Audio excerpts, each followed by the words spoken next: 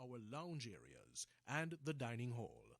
Smoking is not permitted inside the building. Please note the location of your nearest exit. In the case of an emergency, please make your way outside the building to the assembly point located on the lawns to the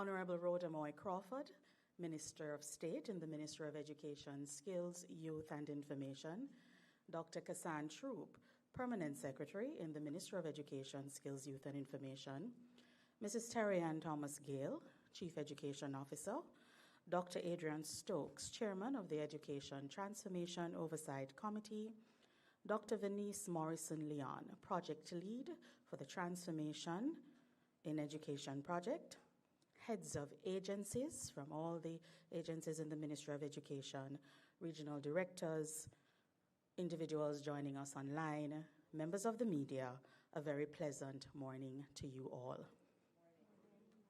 A very pleasant morning. Thank you.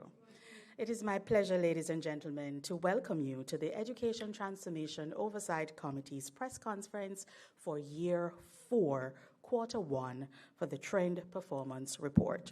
I extend a warm welcome to members of the media, representatives of ETOC that are also with us this morning, other officials from the Ministry of Education, our education stakeholders, development partners, and members of the academic community. Thank you for taking the time to join us this morning.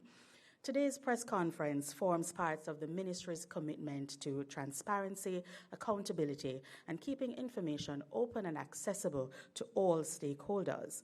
We want to let you know about the progress being made under the Transforming Education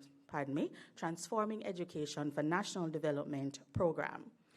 As at the end of Year 4, Quarter 1, overall implementation stands at 43%, representing a 4 percentage point increase over the previous reporting period. Round of applause for that. Our program this morning will begin with an overview from Dr. Adrian Stokes, followed by our presentation from Dr. Venice Morrison-Leon, our project lead. And following those presentations, ladies and gentlemen, members of the media will have an opportunity to ask questions before we conclude proceedings. And we're going straight into it. And we're going to begin our program by inviting to the lectern Dr. Adrian Stokes, Chairman of ETOC. Dr. Stokes will provide for us an overview of Year 4, Quarter 1 Trend Performance Report. Please welcome Dr. Stokes.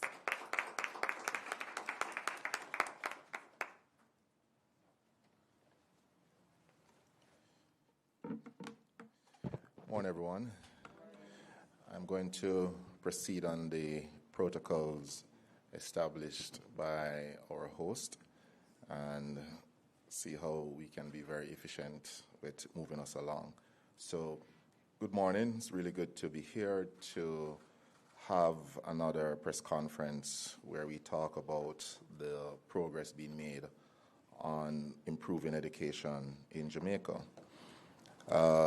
As usual, I want to start by thanking the members of ETOC for their continued commitment to this transformation journey.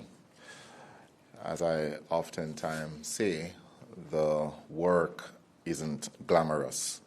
It requires significant commitment to a project that is painstaking and even arduous at times.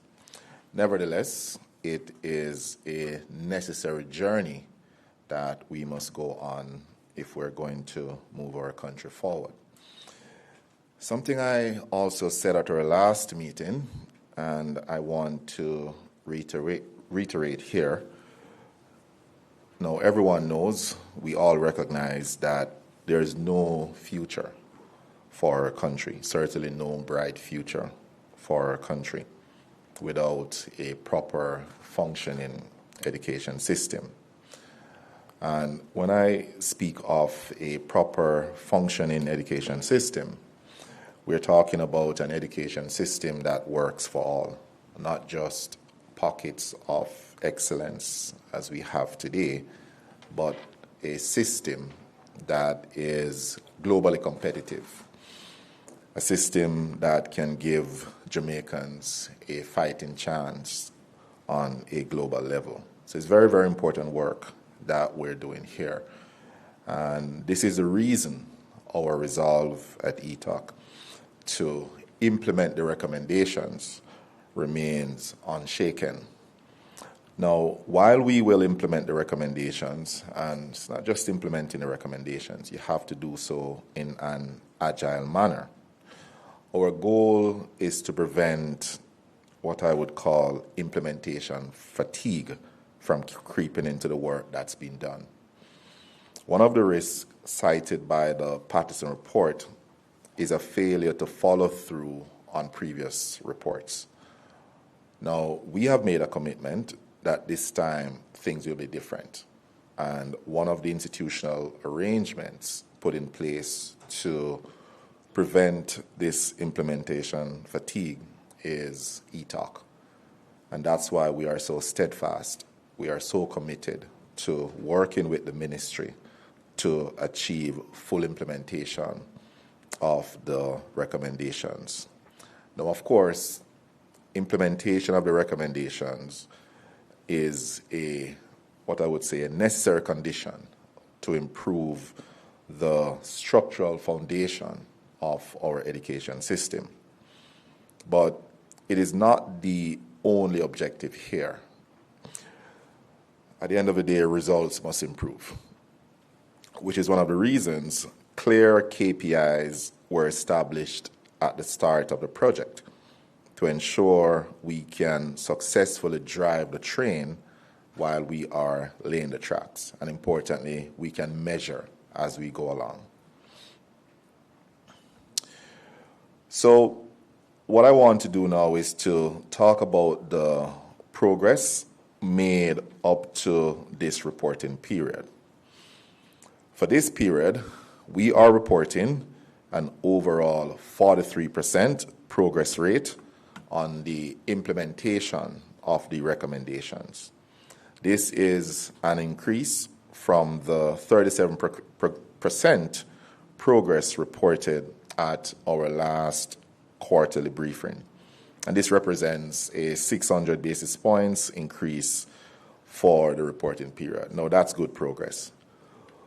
The positive movement for the period was driven mainly by three pillars: governance, teaching and learning, and the TVET pillars. Importantly, all initiatives are on track for the period under review. Overall, 207 initiatives are underway in the project. The goal is to be halfway through the project by the end of the current fiscal year, that is by March 2027. So the milestone established for that period, or up to March 2027, is a 53% achievement rate. Then we will build up gradually to 65% by the end of the next fiscal year, which is by 27-28, with full implementation scheduled to be achieved by fiscal year end 2031. As indicated earlier, the goal is to see the project through to completion. That's very, very important. We shouldn't allow what I would call naysayers or negativity to sap the implementation energy we are seeing. I want to reiterate that implementation will be done in an agile way. And agile meaning you have to implement and self-correct and to modify based on new information, right? That's what sensible people do.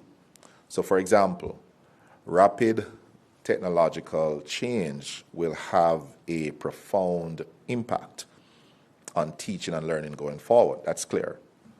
We have to appreciate that artificial intelligence will eventually shape teaching and learning, not just in Jamaica, but globally. Therefore, the initiatives we are implementing must accommodate this eventuality. Already you are seeing, for example, I heard a news item out from CXC where they are modifying how they assess students. And this is common sense, right?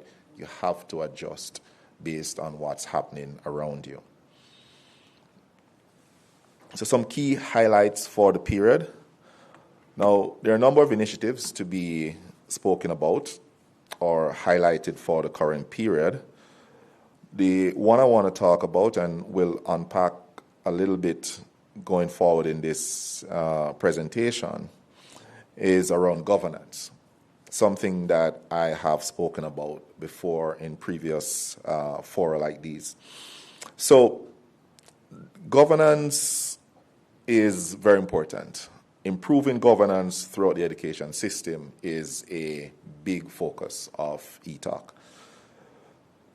Specifically, there is heightened tension around improving school boards. And we spoke about this, I think, at our last press conference. In fact, we have been talking about this for about 2 or 3 press conferences, where the governance and particularly school boards need to be improved. We're talking about the cadre of board members in terms of competencies and the overall performance of boards. In addition to governance, a key highlight for the period is the work being done to recover schools badly damaged by Hurricane Melissa. Significant work is being done here, and I know the ministry in their presentation will go into some depth about what's going on there.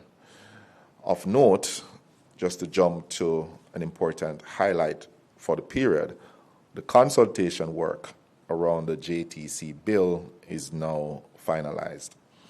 The next step is to retable the bill in Parliament, and we hope that the period, or I should say the extended consultation that took place, will afford the bill smooth passage through the Houses of Parliament. So we look forward to that.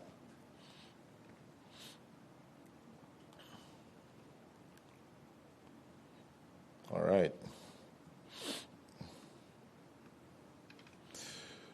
So as I indicated, ETOC has a big focus on improving governance within the school system. A key component of this is to improve the composition and performance of school boards. 2 initiatives are currently being pursued in relation to this objective. One is to recruit board members who have specific competencies in line with the needs of the particular school or schools. And the second is to commence the payment of board fees to independent directors. We have made progress with the first initiative, and the ministry indicated that 90% of the new directors for boards chosen over the last 24 months meet the specific goals or the strategic goals of the schools where these directors will serve. So that's a very good thing.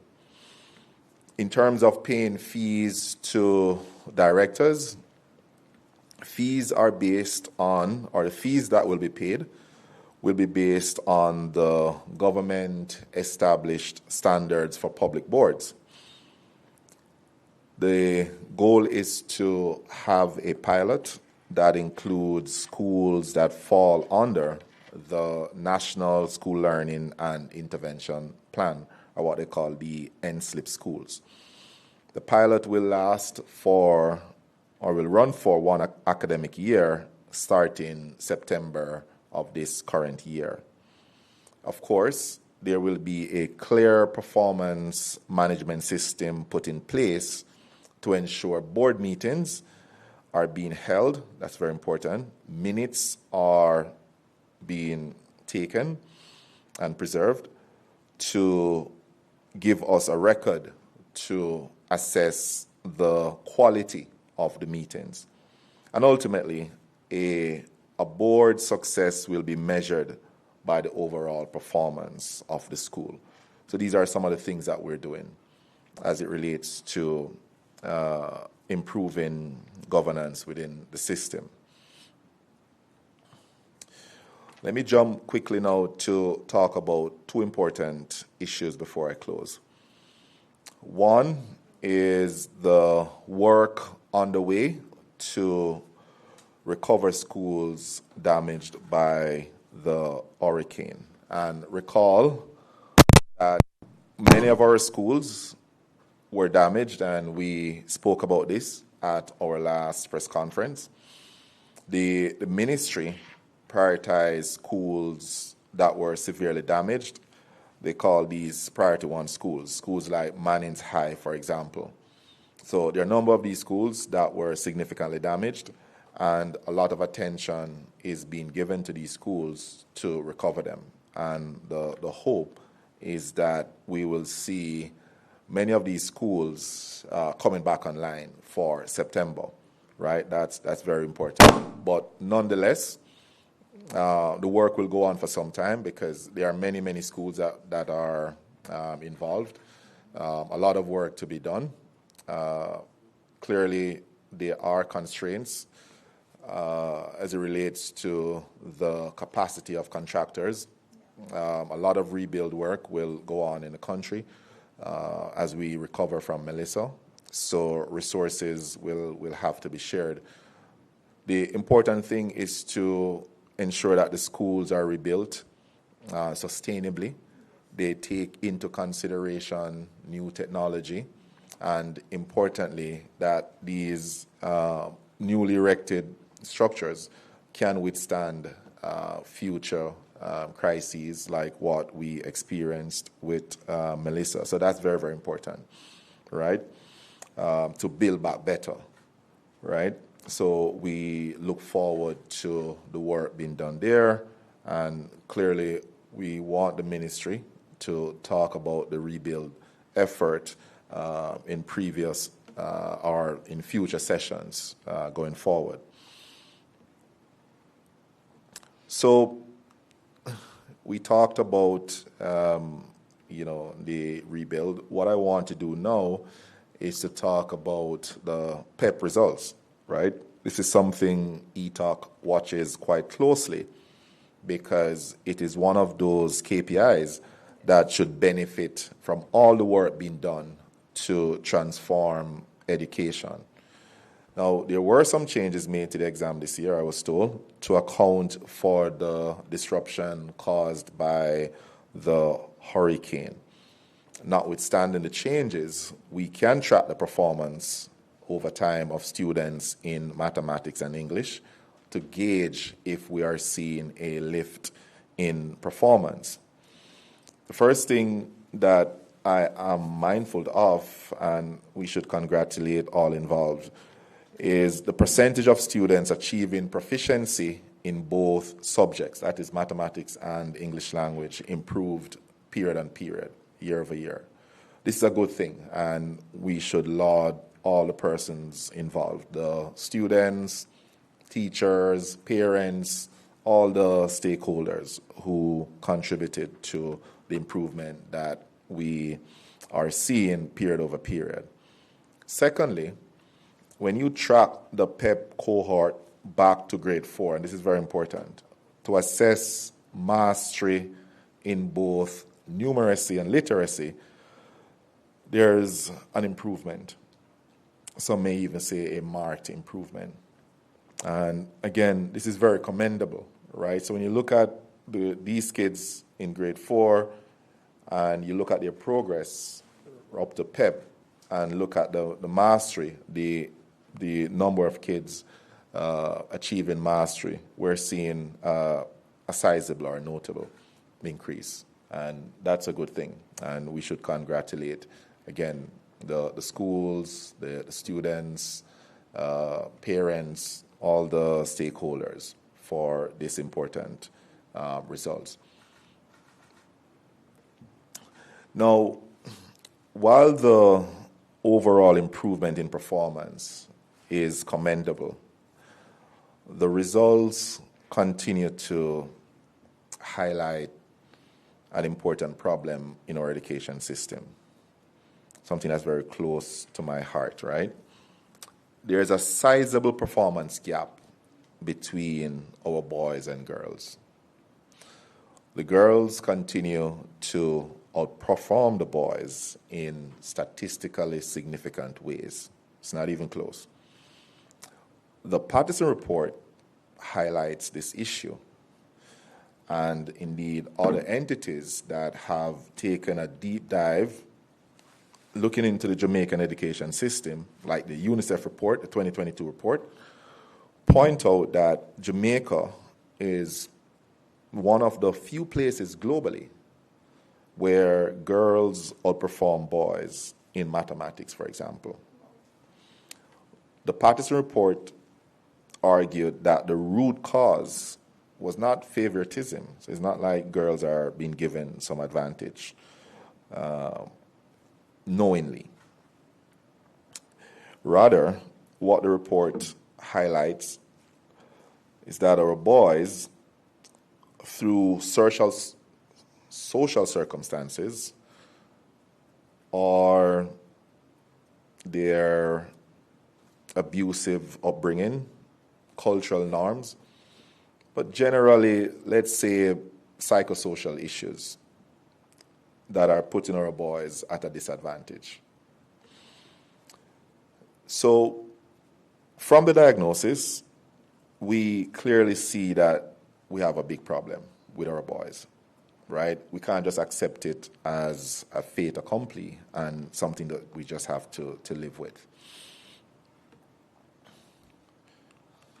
So the fair characterization is that the report, the Patterson report that is, identified and analyzed the gender gap in some depth. So if you go back to the Patterson report, and I do so frequently, just to review the work and just to get a better sense of the thought process and so on.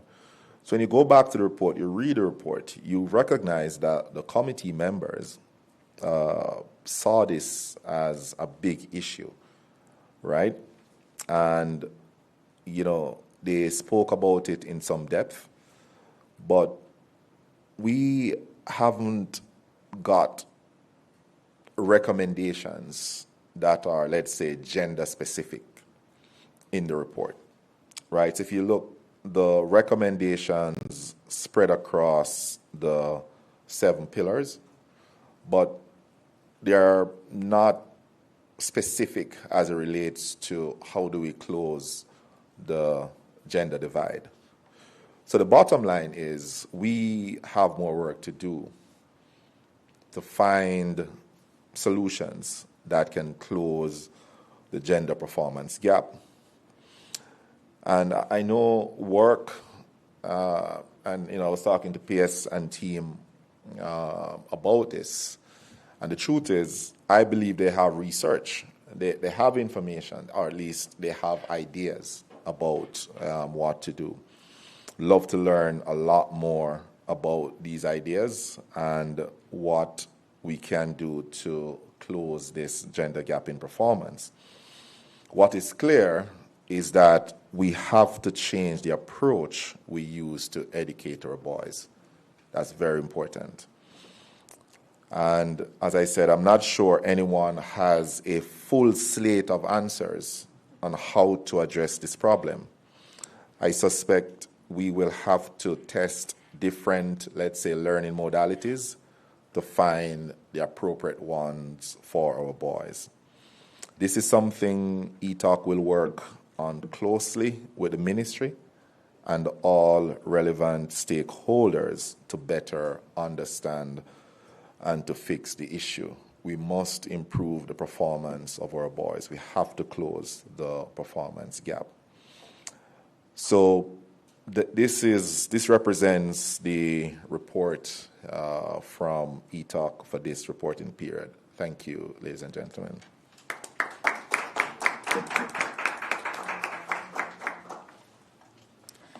Thank you very much, Dr. Stokes. Ladies and gentlemen, we've just heard from the chairman of the Education Transformation Oversight Committee.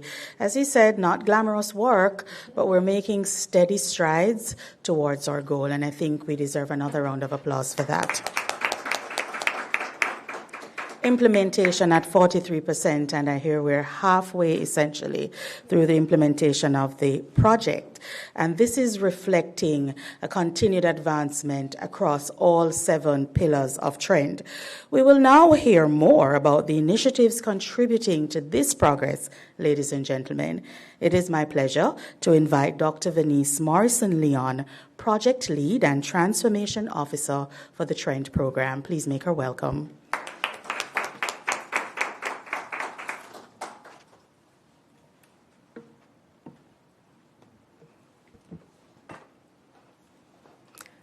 Good morning, everyone. Good morning. Please allow me to stand on the protocols that were already established. This report reflects more than activities completed. It demonstrates a transformation in motion through the Trend program, and we are strengthening systems, empowering educators, modernizing our schools, and improving opportunities for learners as we build a world-class education system for Jamaica. While we are transitioning through our slides, as was shared earlier by our chair, we are very systematic in how we are doing our project. And transformation is measured by results. We have 10 success indicators and 7 strategic pillars, providing the roadmap for delivering a high-performing, accountable, and future-ready education system. So we are very systematic in our approach. We have reached 43% implementation, demonstrating measurable progress across the transformation agenda. The focus is now on disciplined execution, accelerating delivery, and sustaining results across all 7 pillars. As was shared earlier, we have increased 4% points over the last reporting period. To provide context for our report today, here is a snapshot of the 7 pillars and their current rates of implementation. Pillar 1, we're at 55%, that's governance and accountability. Pillar 2, early childhood sector, we're at 47%. Pillar 3, teaching, curriculum, and teacher training, we're at 26%. Tertiary sector, we're at 67%. TVET, 50%. Technology and infrastructure, 38%. And finance, 21%. We're going to skip this slide because it was expounded by our chair. At the end of this fiscal year, we definitely know that we want to be halfway through our implementation by attaining 53%. I will be sharing with you some strategic highlights for this quarter. And the fulsome report is available on our Trend website. For this quarter, we are happy to report that we have achieved 13 recommendations. Pillar 1 and 2 reported 2 recommendations, 1 recommendation each, Pillar 3, 4 recommendations. Pillar 4, 5 recommendations. And pillars 6 and 7, 1 each. Highlights for Pillar 1. We continue to trend by strengthening school board governance. This quarter, we received 63 new applications, bringing the total to 177.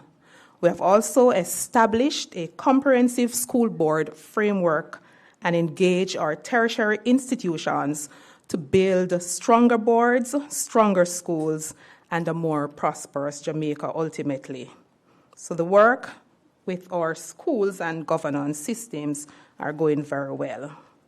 For Gov 3.3, conduct structural review of NCE, Recruitment has commenced to strengthen the institutional capacity and to support its expanded legislative mandate.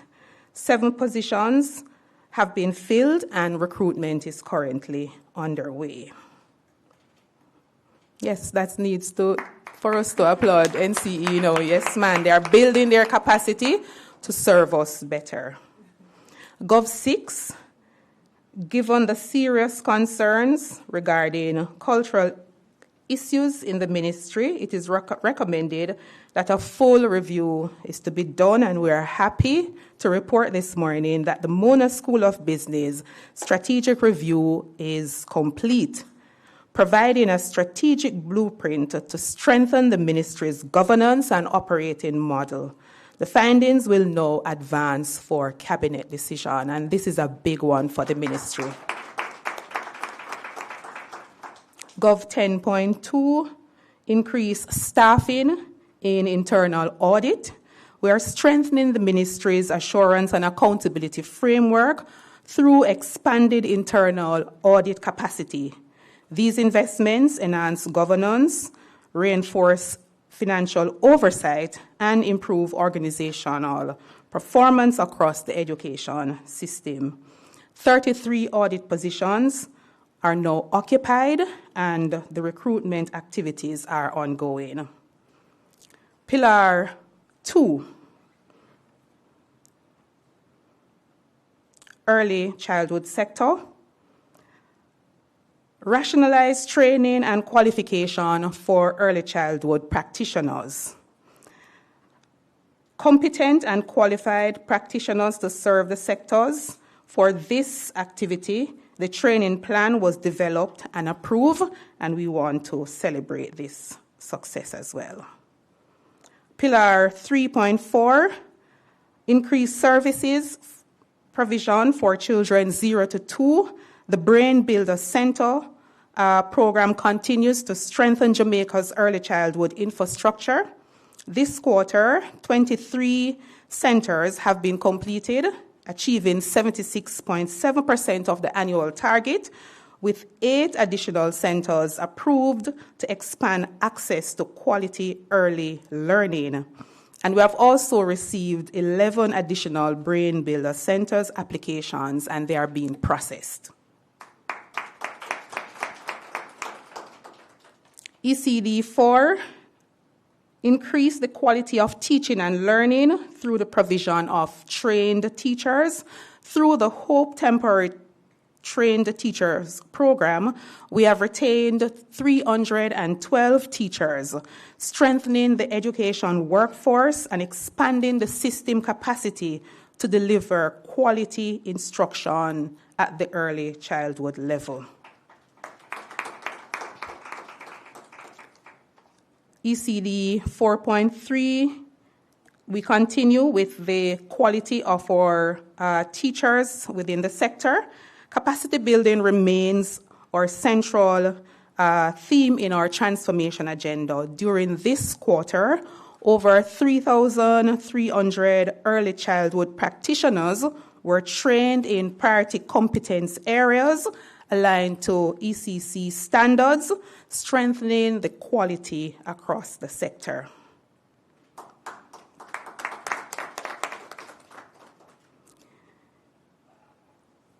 ECD 6.2, developing a structured parent support program this quarter. We strengthened family support services by establishing 2 parent places and delivering 167 parenting workshops, empowering families and building stronger communities across Jamaica. This brings our total parent places to 110.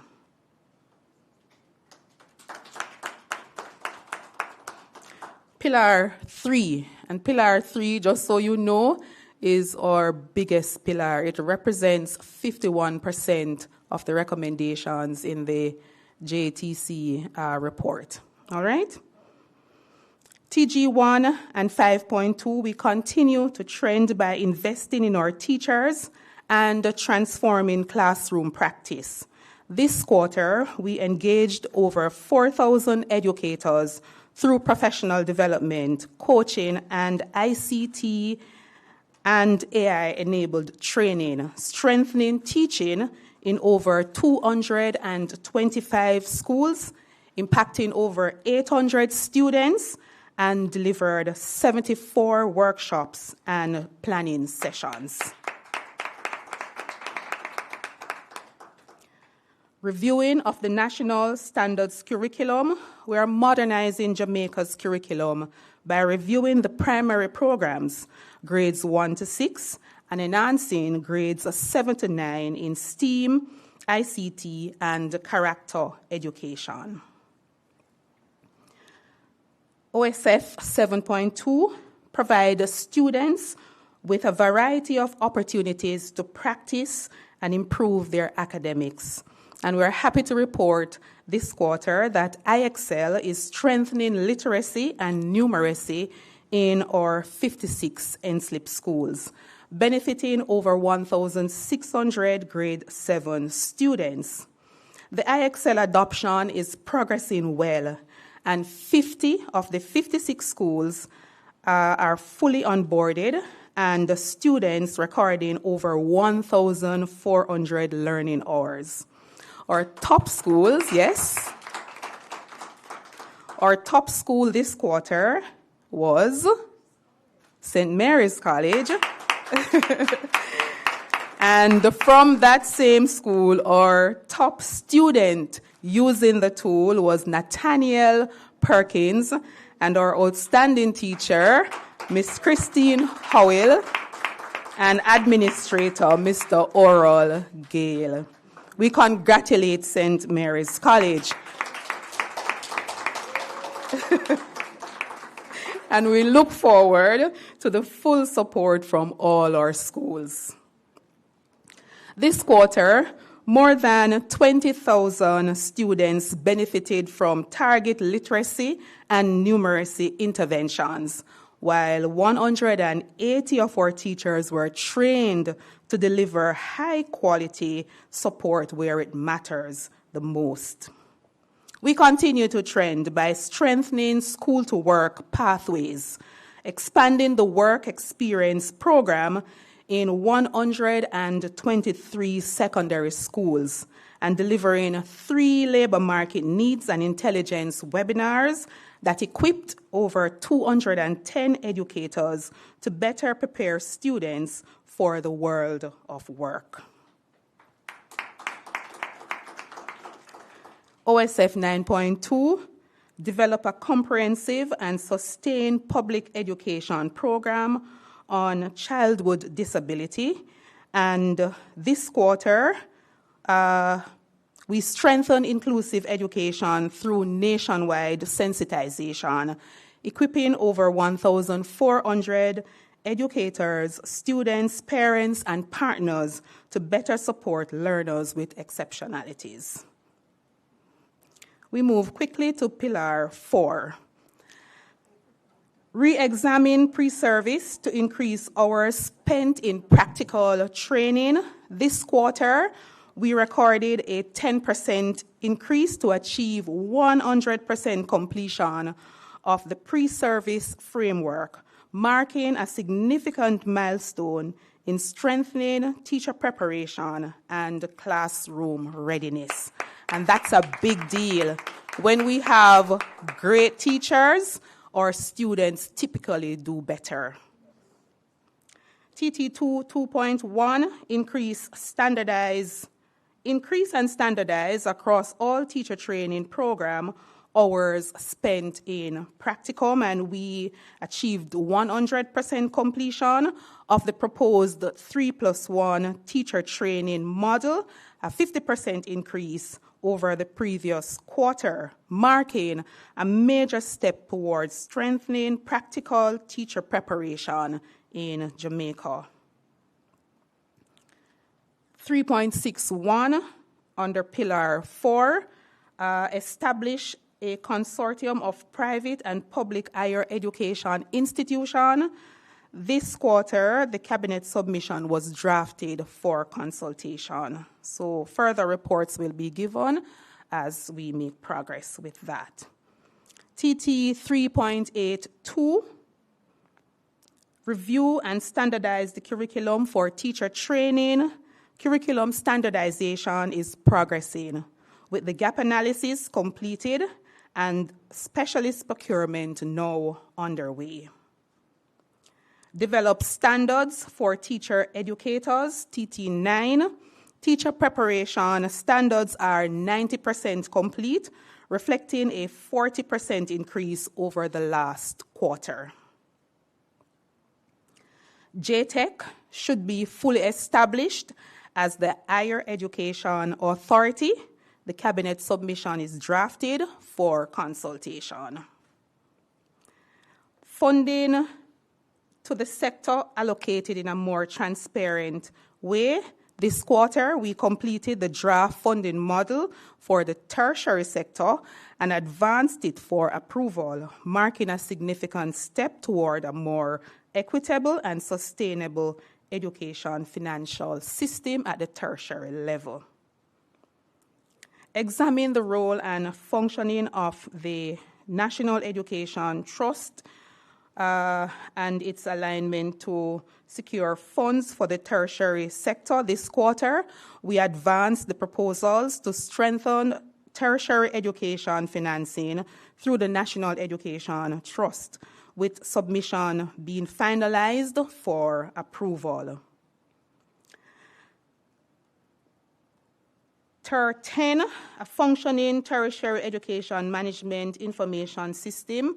In our last press conference, we reported that the TMIS was completed, and in this quarter, we are reporting that we have onboarded over 30 higher education institutions onto EMIS, strengthening data-driven planning and decision-making across our tertiary sector.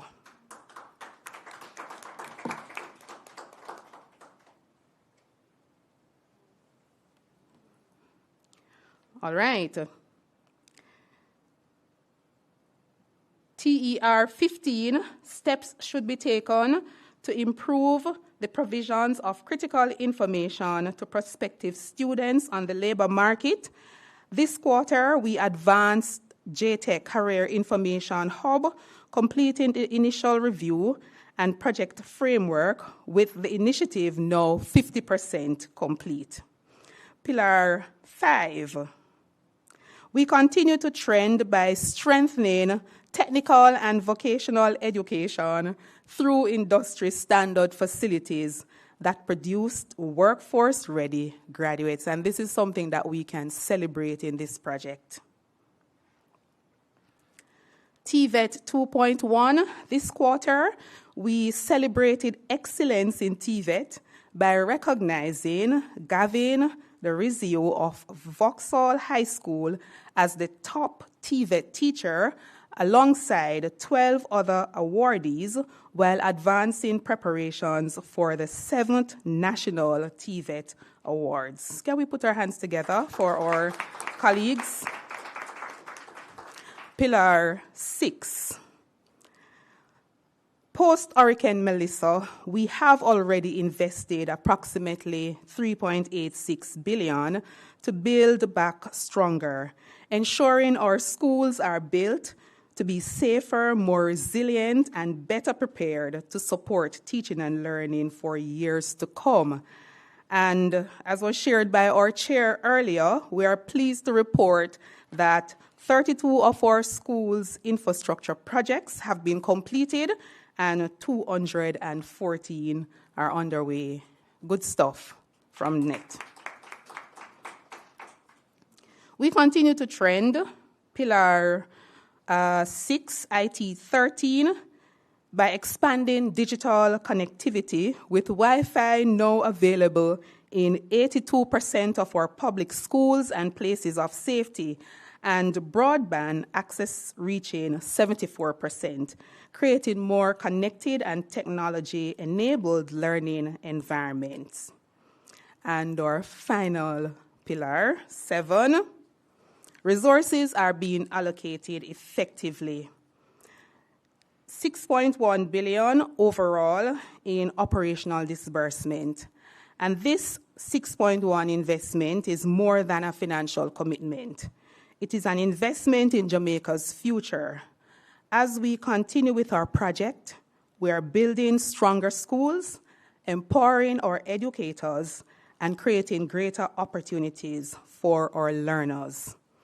Operational grants have increased by an average of 19.3%, giving schools greater financial capacity to improve learning environments and support students' success. So, colleagues, Trend is not simply about changing schools. It's about transforming Jamaica's future through education. We continue to deliver our results through our Trend program. Thank you so very much.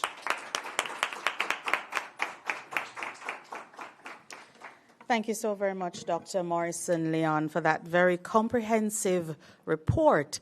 Indeed, education in Jamaica is certainly trending upward. With our overall implementation, I have to keep saying it, at 43%, 3.27027 billion allocated for repairs and reconstruction, 6.1 billion in operational disbursements, Wi-Fi access now in 82% of our schools and places of safety, continued literacy and numeracy interventions reaching thousands of our students, ongoing investment in teacher development and inclusive education. Ladies and gentlemen, these achievements certainly demonstrate that education transformation is delivering measurable results. Please give the team another round of applause.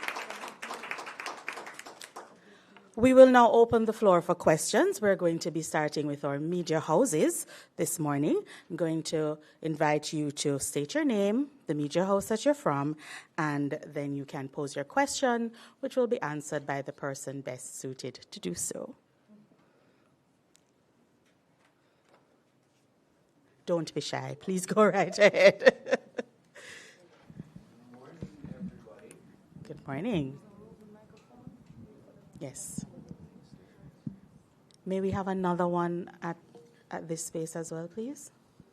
Morning, everyone. Mahiri Stewart, Nationwide News here. First question goes to Dr. Stokes.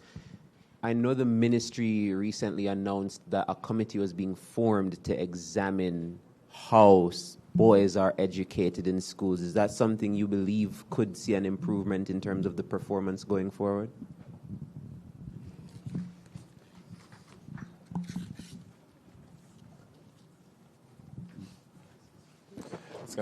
We need to do a lot more than that. That's the simple answer to that question. That's just, let's say a first step, hopefully, to something meaningful. We need real initiatives. We need to pilot different ideas. As I said, I am not certain that anyone has a full slate of answers, right? It's a little bit tricky because we are in, let's say, a peculiar situation because globally, boys outperform girls in many countries, right? And my own theory, and I suspect, and persons have said it, the psychosocial issues are real, right? The many distractions, let's call them that our boys have in the various communities are playing a significant role, deleterious role. The question is, how do we respond, or how do we modify or evolve the education system to accommodate these psychosocial issues that are playing out in the society? So that's what we need to see. And as I said, I don't want to belittle a committee or anything like that. It could be an important first step. But, we need to get real serious around the issue, build, clear objectives, milestones, what are we trying to achieve, what are we going to pilot. I'm a big fan of piloting stuff, learning by doing. So As I said, so hopefully it's a step in the right direction. But it's not, I'm not expecting just from that committee, whatever they're going to do, to see, significant change, right? A lot more needs to happen. But I should say, right, and perhaps I do some of your work, right, to invite the PS, because I think there is knowledge within the Ministry of Education about this issue, about this matter. And I am learning more about it as I go along. And I would love to hear from PS who I know perhaps have some ideas based on just experience about this gender matter, and presumably what are some of the things, from an experienced educator like yourself, things that we could put forward to at least test them, to see if we can move the needle in the right direction.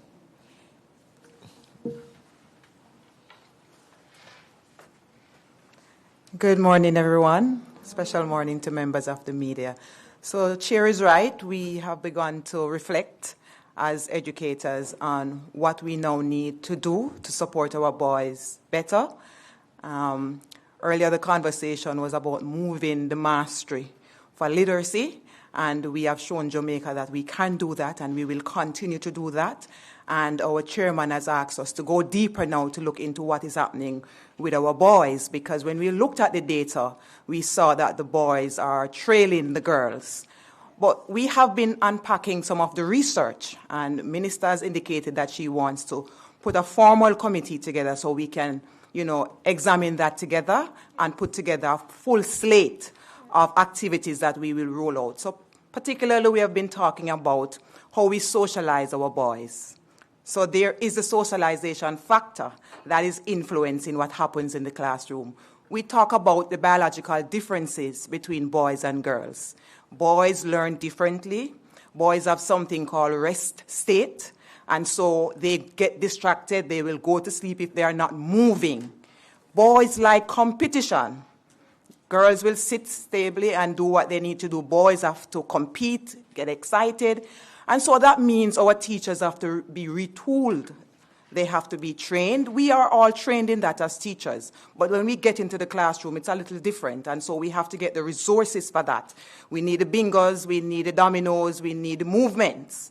And sometimes as female teachers, we misinterpret the movement. We see it as disruption. The teacher who's next door also sees that as disruption when we are trying to get our students excited about learning. So those are some of the things we have begun to unpack in our conversation as it relates to how we are dealing with our boys. We're looking at how we regroup. And we have schools. We have Yuatan Primary that is doing it. We have Mona High School that is doing it. And the school that has done it the best over a long time is St. Catherine High School, where we group our boys differently for learning. And when I was principal, I experimented with it at the Denby High School. So we know when boys are together, they compete well and they perform differently. We have to look also at how we design our classrooms. Boys are tactile, they love to touch. Boys don't like red and yellow, and we love red and yellow. Boys they see colors differently. They have the warmer colors, the gray, the blue, the shades in between. And our classrooms don't look like that. That's part of how we are holding back the boys. There's a whole raft of measures that we have to look at as it relates to how we're going to support our boys. We know that when boys are supported, they will do well. Yeah. The biological theory tells us also that boys will trail girls in the earlier years. Girls develop faster in the earlier years, but they will catch up in the later years. So by the time they hit teenager, grade 8, 16, 17, 18, they'll catch up the girls as well. So that's part of the differences we are treating with our boys. So we are familiar with the theories. We have been taught, and we are going back now into the workshop to see how we can improve our strategies to support our boys as we have now.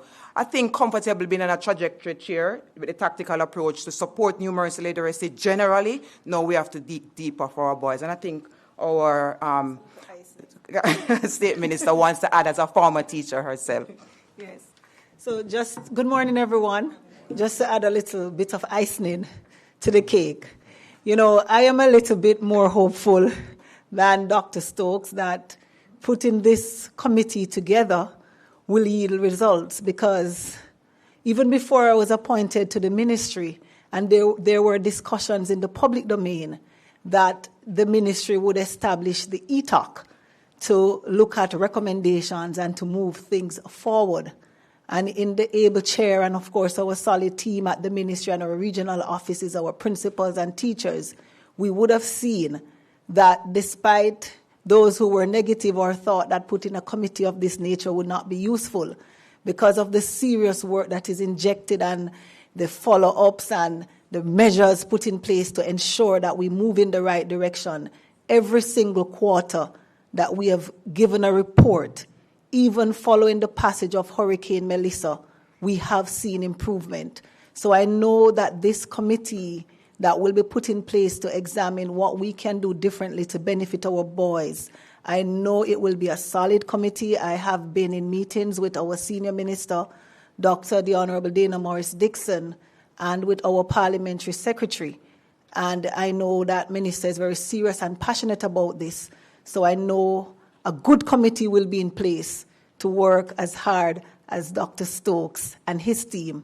And I'm also motivated by the fact, when we look at our recent PEP results, our top 10 students, out of those 10 students, 7 were boys. So all is not lost. Thank you.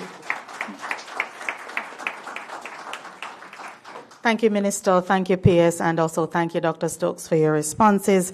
Mahiri, I think you have another question. Go ahead, please.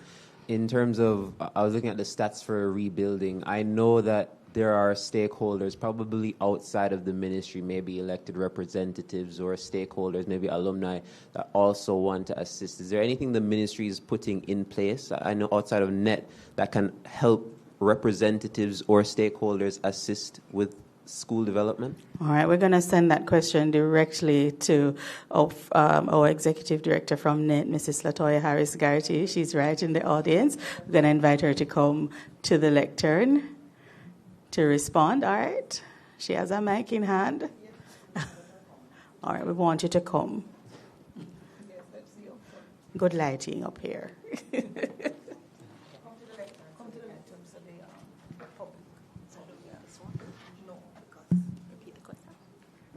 If there's anything that's being done outside of just NET to allow stakeholders or even elected representatives or any group in general to help with school development.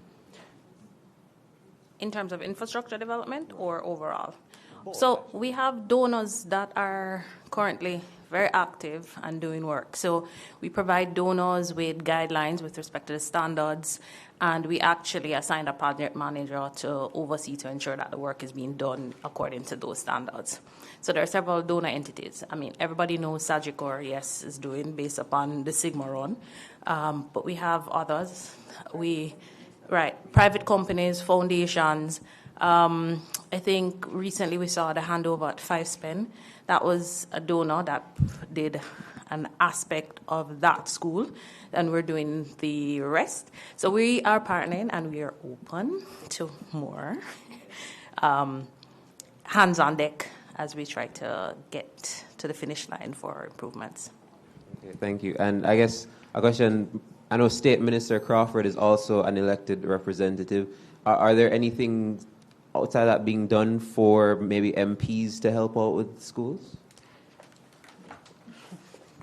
All right, thank you so much for that question. Now, of course, the government, through the Constituency Development Fund, each member of parliament, there are 63 of us, and every year we have to allocate a minimum of $5 million and a maximum of $10 million. So if we're using the basic benchmark, that's a total of $315 million. But this support is not, it's a general support that we can assist parents with tuition, with books, with uniforms, computers, gadgets. In terms of the physical infrastructure, I know that members of parliament have reached out to the business community in their respective constituencies for support, construction support. Even in my own constituency, I take it upon myself to make my own appeal, and I have seen where that too have reaped success. But we know it's back to school time, and you see the discussions in the media. And outside of general support that our ministry is providing to our schools to help the schools to do better, Minister Dixon mentioned at one of her last press conference that the ministry is providing an additional $757.5 million in support to all our schools. That is an average of 55% increase. And beyond the minimum $315 million that members of parliament are spending, in our own Ministry of Education, we are allocating $189 million to members of parliament to provide tuition support to their constituents. So that's $504 million when you combine the Constituency Development Fund allocation and our ministry's allocation. So, for example, in my own constituency this year, I'm spending a total amount of $11.5 million. So I'm just saying that to say that we continue to give support in all the different areas, not just the physical infrastructure. And as the director of NET spoke earlier, I have seen firsthand private individuals coming out to give back to our schools. Recently, I was at Glenmuir College, and a past student, through his family foundation, donated funds to see to the complete rehabilitation of the auditorium. And even as you would have seen Labor Day, quite a number of our corporate companies have stepped up, and they have taken on schools in their communities or their parishes or generally to rehabilitate. And we are grateful for that support, and we want to remind and encourage those who have not yet come on board to come on board, because we know government alone can't do it, and enough will never be enough. Thank you. Thank you, Minister. Thank you, Mrs. Harris-Garty. Do we have any further questions from the members of the media?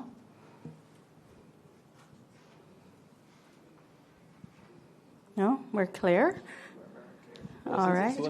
I mean, Mahiri, it's yours today. It's yours today. Just have at. Yeah, can I get a further explanation on IXL and how that works? All right. CEO Thomas Gale, it's your time to shine.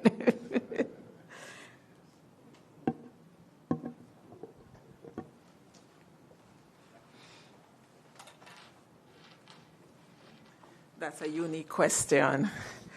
And I'm walking to the podium and I'm trying to get back into the exact operation. So IXL is a software that's completely web-enabled. It emphasizes literacy and numeracy skills. Our students within the ministry, we're able to see what's happening in all 56 high schools, the students that are on. The students are given the latitude to go on their own time to interact, and it measures their performance at different grade level. There's a pre-test that is done initially, and every time the student goes on, you see how much they have improved in the different activities that they're doing and such. I'm trying to make it as simple as possible, but it uses gamification. The teachers are able as well to use the methodology from the IXL in their regular delivery of the curriculum. It's aligned. The perfect thing about the IXL, it aligns perfectly with our national standards curriculum for mathematics and language arts.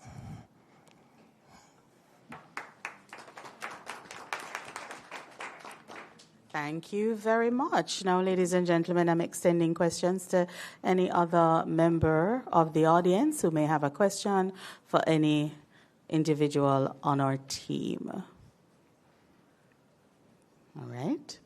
Today was a pretty good press conference, pretty clear. Do we have any questions online? No, nothing there?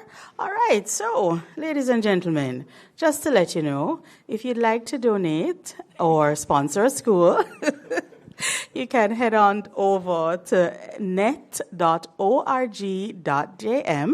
There's a section there for you to make a donation. You can reach out to the team from NET to partner with them to support the education system in a variety of ways, not just infrastructure and development, but any way you think you can step in, NET is there. In addition to that, I just want to remind you that you can review this video and other videos on the Ministry of Education's platform as well as JIS platform. You can go to the Trend Jamaica website and you will find all of our ETOC press conferences and reports there for you to view at your pleasure. As we conclude today's press conference, I'd like to extend a very warm thank you to Dr. Adrian Stokes, our chairman of ETOC, Dr. Venice Morrison-Leon, our project lead, our State Minister for joining us today, Ms. Rhoda Moy Crawford, our Permanent Secretary, Dr. Kassan Troop, our CEO, Mrs. Terrian Thomas Gale. Thank you so very much for participating. And of course, Mrs. Harris Garrity from NET for fielding those questions very beautifully.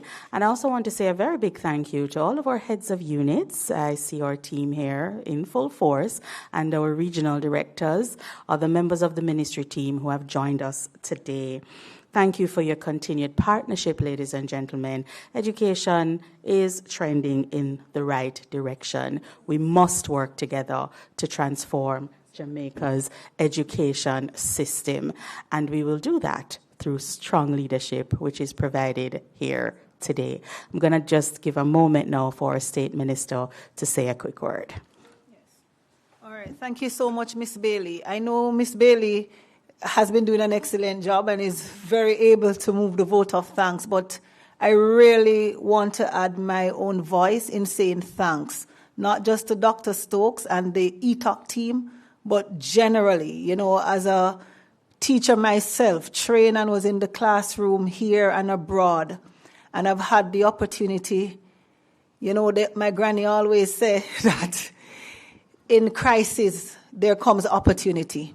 And while we're not happy that we were impacted by Hurricane Melissa, because of its passage, we as a ministry, we were forced to get on the ground to meet and to interact with our regional teams, our principals and our teachers.